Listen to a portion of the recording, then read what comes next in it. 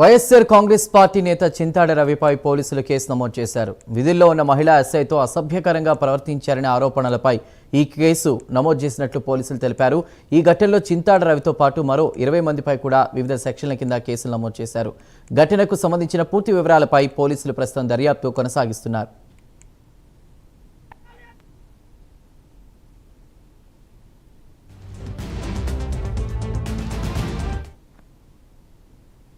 మరోవైపు మహిళా ఎస్ఐపై తాము ఎలాంటి దాడి చేయలేదని, ఆమెను రక్షిస్తూ పక్కకు తీసుకెళ్లామని చింతాడ రవి స్పష్టం చేశారు. వైఎస్ జగన్ పర్యటన విజయవంతం కావడంతోనే రాజకీయ కక్షతో టీడీపీ జనసేన నేతలు తప్పుడు ప్రచారం చేస్తున్నారంటూ ఆరోపించారు.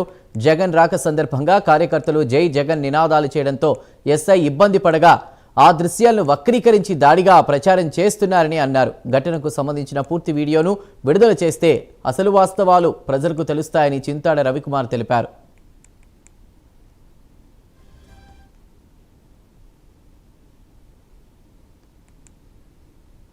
శ్రీకాకుళం జిల్లాకి జగన్మోహన్ రెడ్డి గారు వచ్చినటువంటి కార్యక్రమం ఎంతో సక్సెస్ అయింది. అంటే ఆయనకి శ్రీకాకుళం జిల్లా ఎంతో ఘనమైనటువంటి స్వాగతం చెప్పింది.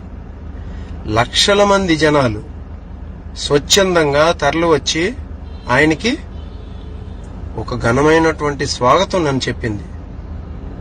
అది చూసి తట్టుకోలేనటువంటి కూటమి ప్రభుత్వం తాలూకా పెద్దలు చంద్రబాబు నాయుడు గారు ఈ కార్యక్రమాన్ని ఎలాగైనా డైల్యూట్ చేయాలని, ఈ కార్యక్రమం తాలూకు సక్సెస్ ని తట్టుకోలేనటువంటి వ్యక్తి నా మీద ఒక లేనిపోని, అంటే ఏమీ జరగనటువంటి ఒక ఇష్యూని తీసుకొచ్చి ఏదో జరిగినట్టు సాక్షాత్తు హోమ్ మినిస్టర్, ఇంకా పార్థసారథి గారు, ఇంకొక 2 మినిస్టర్లు వీళ్ళందరూ లేనిపోని డిబేట్లు పెట్టి నిన్న సక్సెస్ఫుల్ గా లక్షల మంది జనాలు తరలివచ్చినటువంటి జగన్మోహన్ రెడ్డి గారి తాలూ శ్రీకాకుళం ప్రోగ్రామ్ ని డైల్యూట్ చేసే ప్రయత్నం చేశారు.